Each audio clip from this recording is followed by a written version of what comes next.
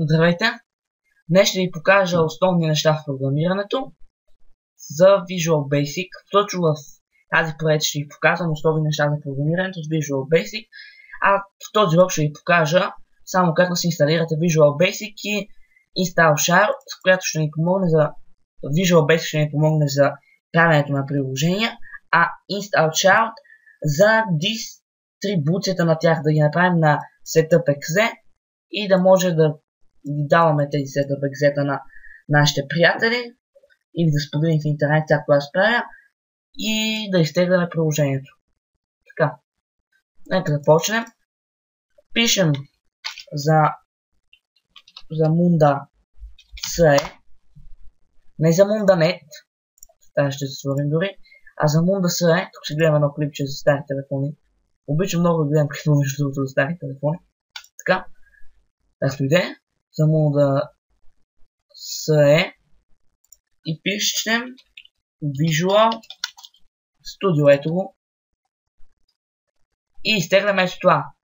Microsoft Visual Studio 2013 Professional. То спирате на диска има тези демото. Инсталирайте и използвате следния серия номер за активация и всичко работи. Всичко си е написано как да се инсталира.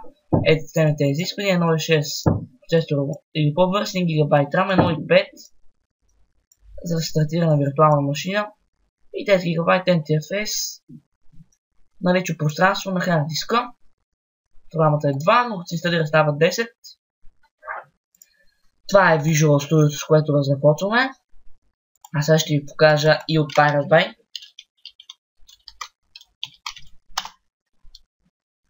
Ето го, thepiratebay.ce или може просто да пишете piratebay.net. То пак ще ви преферли на този тракер. Тук го Pirate Bay. И пишем install double child. И изтегляме install child 2.9 Premiere. Ето това. Изтегляме го, то пише как се инсталира. Стартирайте инсталатор exe. След... Аз ще ви покажа, чакайте. Сега ще отворя. Install shell. Така стартирате това и инсталирате.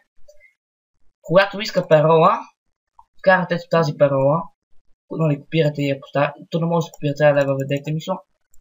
И след това просто стартирате ето този патч. И трябва да му дадете достъп до ето този файл. То автоматично би трябвало да му е дал достъп. И натискате патч. И сте готови. Ако разбира се не е дал автоматично достъп, сега ще ви покажа. Поговоря. Но да, вече съм... Не трябваше така да се стартира.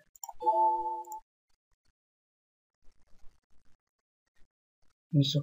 И да, аз просто вече съм го ползвал, затова не става. Да, точно така, вече съм го ползвал. Стартирате, появява се и правите.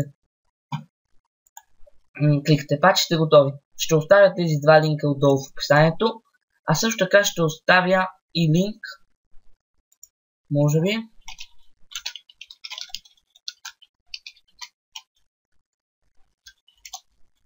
Ето това.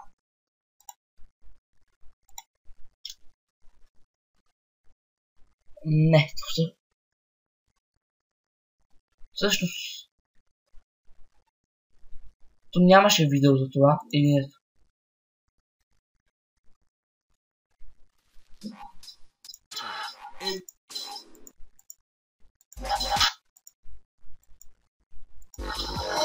Няма да оставям никакви неща. Сваляте просто от тук и инсталирате по най-елементарен начин и сте готови. Ще оставя тези два линка отдолу в описанието. Аз сега да ви покажа как се работи с Visual Studio. Основните неща, няма да ви показвам команди. Няма сега да правим приложението. Две от моите приложения, които съм направил. Това е Kill и Nampa. Между другото, тук е един бък в него, който трябва да го фиксна. Но мисля направо да го преработя. Kill Now бутона не работи. Аз стартира таймера. Мисля направо да направя нова версия. Ето го и другото приложение. Ето е Fake Booster. Ще ви покажа как да направите такава готина анимация. Виждате, доста готино изглежда. Текстът се сменя. Това ще ви покажа как да правите. Много неща ще ви покажа с Visual Basic. Екстратираме Visual Studio 2013, ето го. Ще го държа. И отваря ви се това. Може да влезете във вашия Microsoft профил. Аз съм влязъл, ето. Кликате New Project.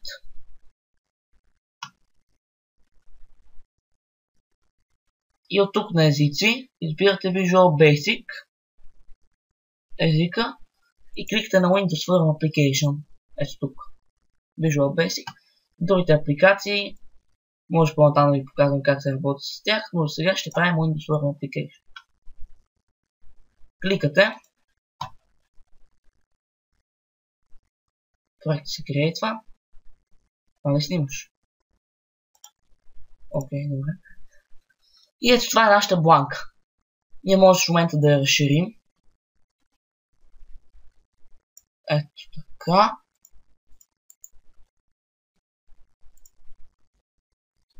Бях да затворя това против, сега го изкарах, без да искам отделя го затворих. И сега тук да ви покажа. Това е нашата бланка. Ние може да изберем колко да е голяма. И от тук са нейните настройки. Това е цветът на гърба. Ето ние ще го направим розово. Както виждате, тук стана розово. Можем както искаме цвят.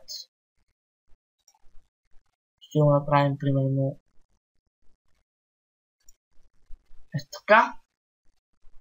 Background image може да сложим. От тук може да монтираме снимка отзад до тази. Примерно. Ето така вижте как става. Може да го решите точно за да се вижда последния Sony Picasso, който пише. И ето в момента сме с Background image. Так. Готино се получава. Зависи колко е голяма картинка, толкова такава резолюция слага. От тук курсорът, където ние може да променим курсора. Ето примерно ако кликнем ето така, стартираме приложението, тук стартира. Постоянно ще се появява такъв курсор.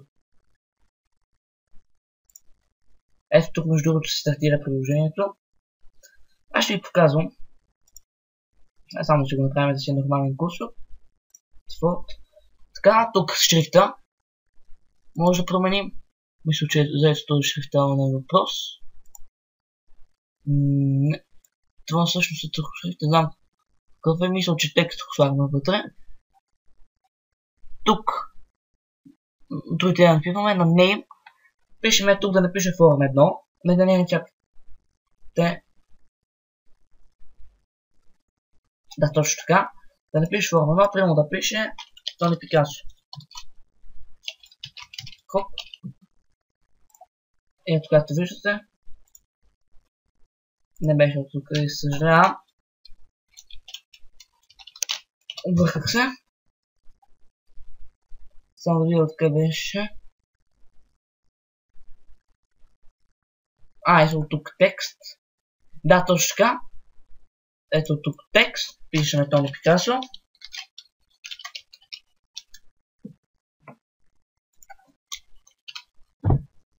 И вече текстът става на апликация Sony Picasso отгоре.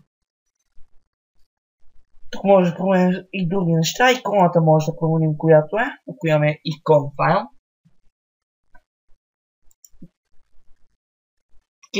И сега да започнем с съществената част. Да ви обясня. Тук се връща стъпка назад, стъпка напред. Тук има старт. Това, като се натисне, стартира приложението. И ние го виждаме ето приложението, както ще го виждат и хората.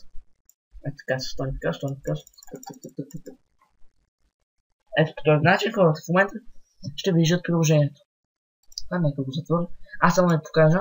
Ако го изкараме на цял екран, снимките си продължават. Но ние не сме играли графили така че ще си оставяме така.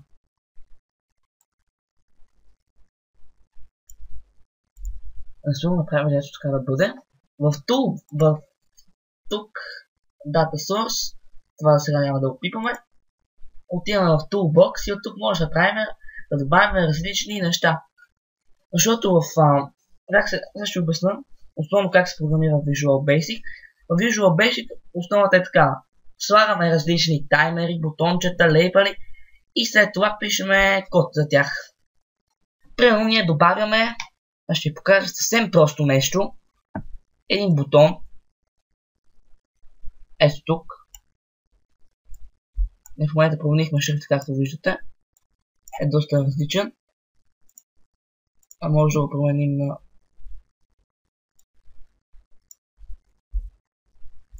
на кой ще ви да изберем. Е така. Доста интересен шрифт. Ще увеличим малко. Тук пише бутон. И тук прямо ще напишем.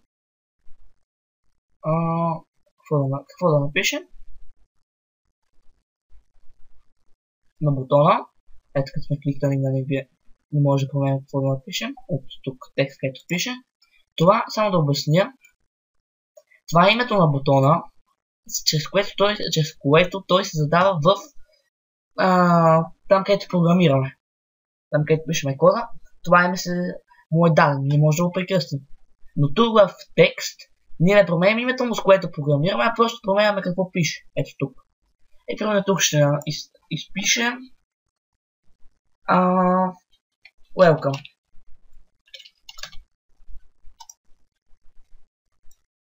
Ще го направим ето така. И ще го сложим ето тук. И сега да ви кажа, както виждате има доста неща, но сега ще ви запозная с TextBox, с бутон и с лейбъл в този епизод.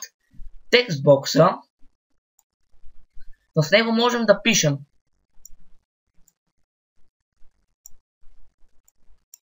В TextBox-а ние може да пишем, докато сме пуснали програмата. А в лейбъла не можем. Това е единствената разлика между TextBox и лейбъл. И съответно те могат да спорят в различен случай. Примерно слагаме едно квадратче,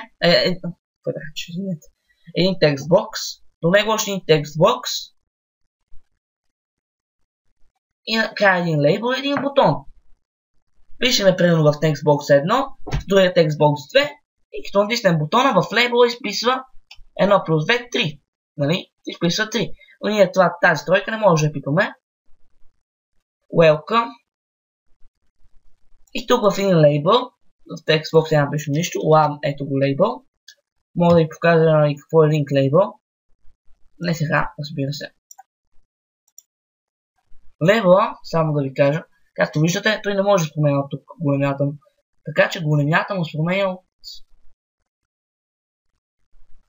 Ето тук, ще променим примерно 100 на 100.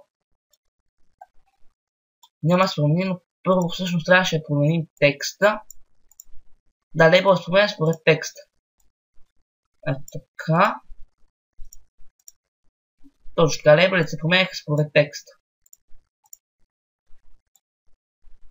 А тук в лейбъла няма да пишем нищо, ще изтрием текста.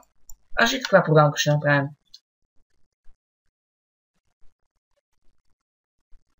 Тук ще напишем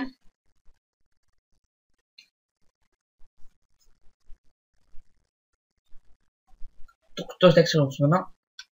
Тук ще няма да пишем нищо точно така, а тук ще натисна, ще напиша клик. Хоп. И сега кликаме на бутона два пъти. Так. И тук вече пишем командите. Тук ние правим нашия дизайн на апликацията, а в тук точно така пишем командите и започваме командата. Както знаем, тук направихме ни лейбъл. И пишем така. Лейбъл 1. Така се казва лейбъл. Трябва да добавим стринг. Стринга в случая точка текст. Равно. И сега може да въведем на какво е равно. Равно е на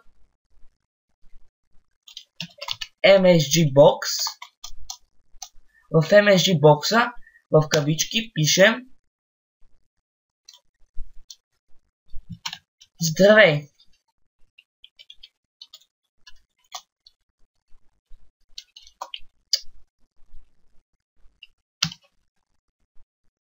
Ето. Ще се сложи в кавички.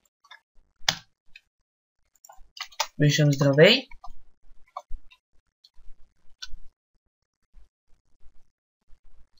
Плюс текст бокс 1 точка текст. И сега като го запустим, тук примерно пишем Тони. При клик. Здравей.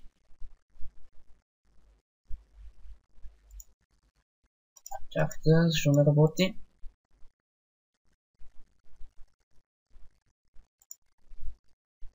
What the fuck? Спри се, така, здравей, плюс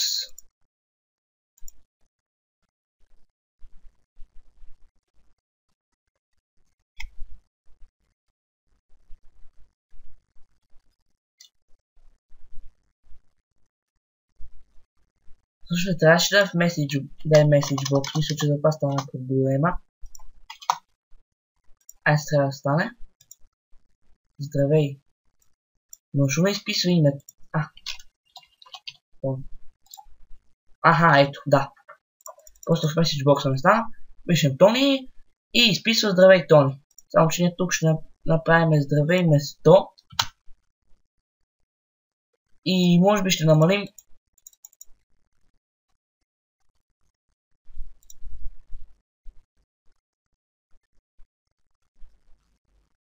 не може би, ще намалим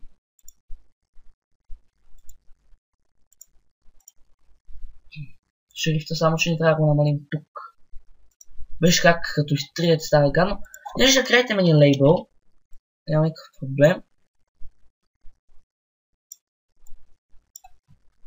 И просто шрифта ще бъде намален. 16. 26.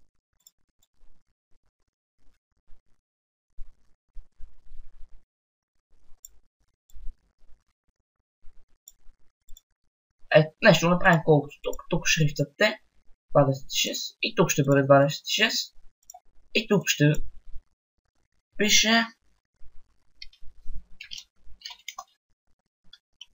тук какво ще пише? Ще пише Hello. И ето, нашата апликация е готова. И казвате се Иван, пишете Иван. Клик. Здравей, Иван. Само че сега ще изтрием текста. Добре. Не знам, много бъркам докато снимам. Ето, вече сме готови официално. Иван, клик. Добре, просто трябва да намалите големината на текста.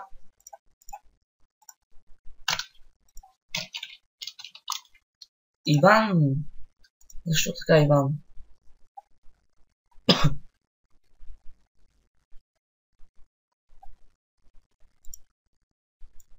Това се е бъгва нещо. Здравей, ето. Наша апликация работи. Сега ще ви покажа. Дългичко става клипче, но ще ви покажа как да си направите един калкулатор много прост. Ама много прост. Много бързо. Сваряме тези работи. Файл. New Project. Там записваме. Отваряме, няма да пишем сега нищо. Правим един текстбокс, който само ще събира нашия калкулатор до сега. В друг епизод ще го доразширим. Един текстбокс. Втори текстбокс. Ето така отдолу ще го сложим. Един лейбъл. Хайде да е. Който лева ето.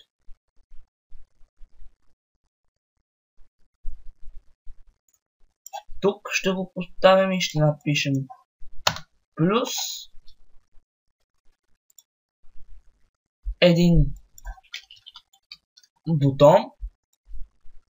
Другите епизоди ще ви покажа какво е радио бутон. Един бутон, който ще стои ето тук. И в него в текста ще напишем равно един лейбъл. Разбира, това просто ще събира. А лейбъл ще му увеличим леко текста, леко, да не патим като да не патя, да не пати.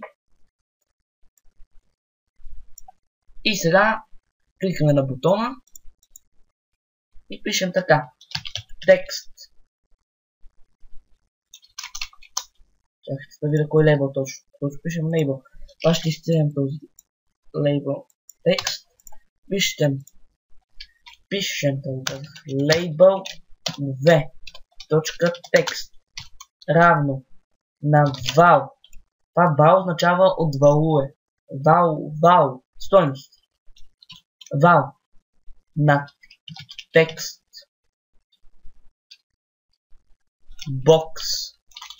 1. Точка текст.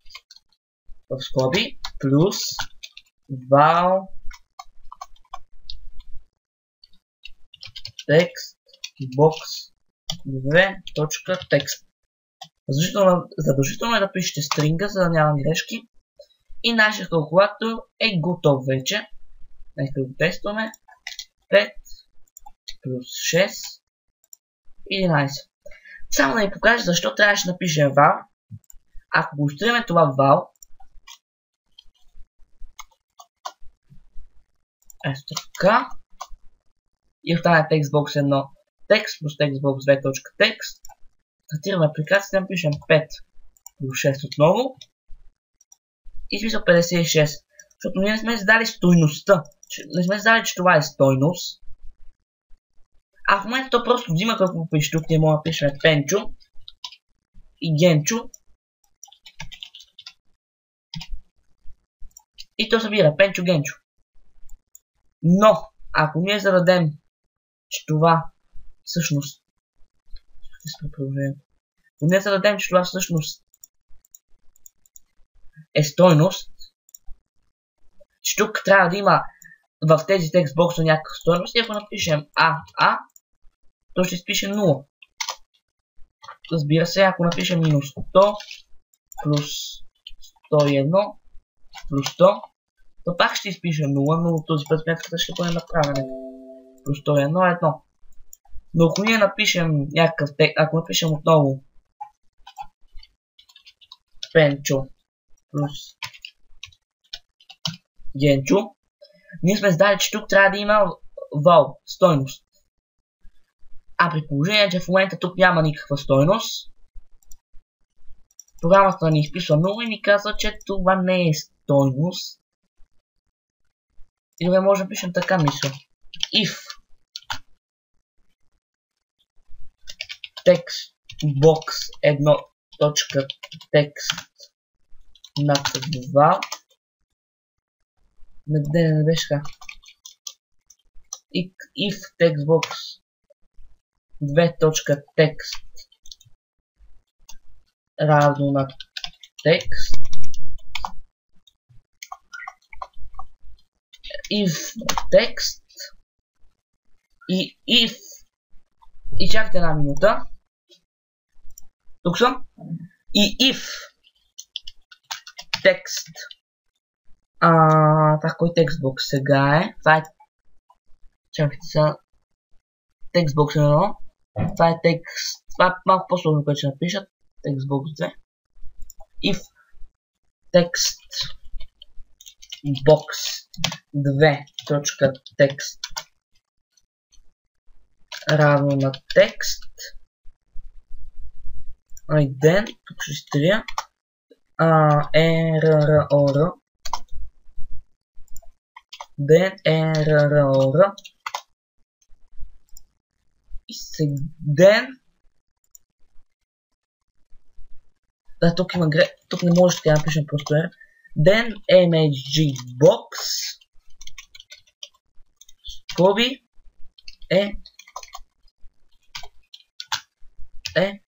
ERROR.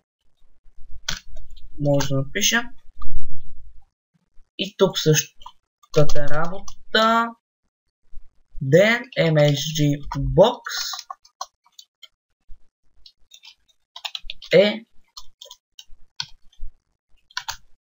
ERROR. Ами да работи, ще ви обясня. Д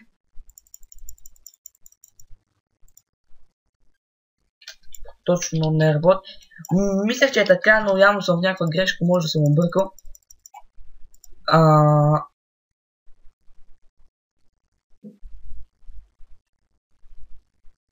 Чакайте ви какво съм объркал.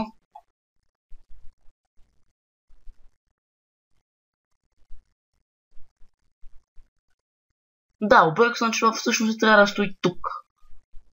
А това трябва да стои, мисля, при текстбоксовете. И трябва да има таймер. Точно така. За да стане тази работа, която искаме да правим, трябва да дадем един таймер. Не е много сложно това, за какво се бърка. И в самия таймер да добавим това. И че сега трябваше да стане. И трябва да напишем на бутона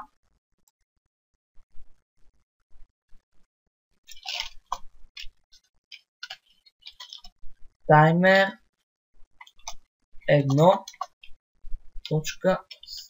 Start. Това е div. Го махаме, защото div стои само след if. Нали, трябва да има if. Какво си, това стои div. Защото приключва. И трябва да разделя някаква стойност. Може да се прави по по-лесен начин, но аз само по този знам. И съм сигурен, че има по-лесен начин. Това е много глупаво така се направи. И да напишем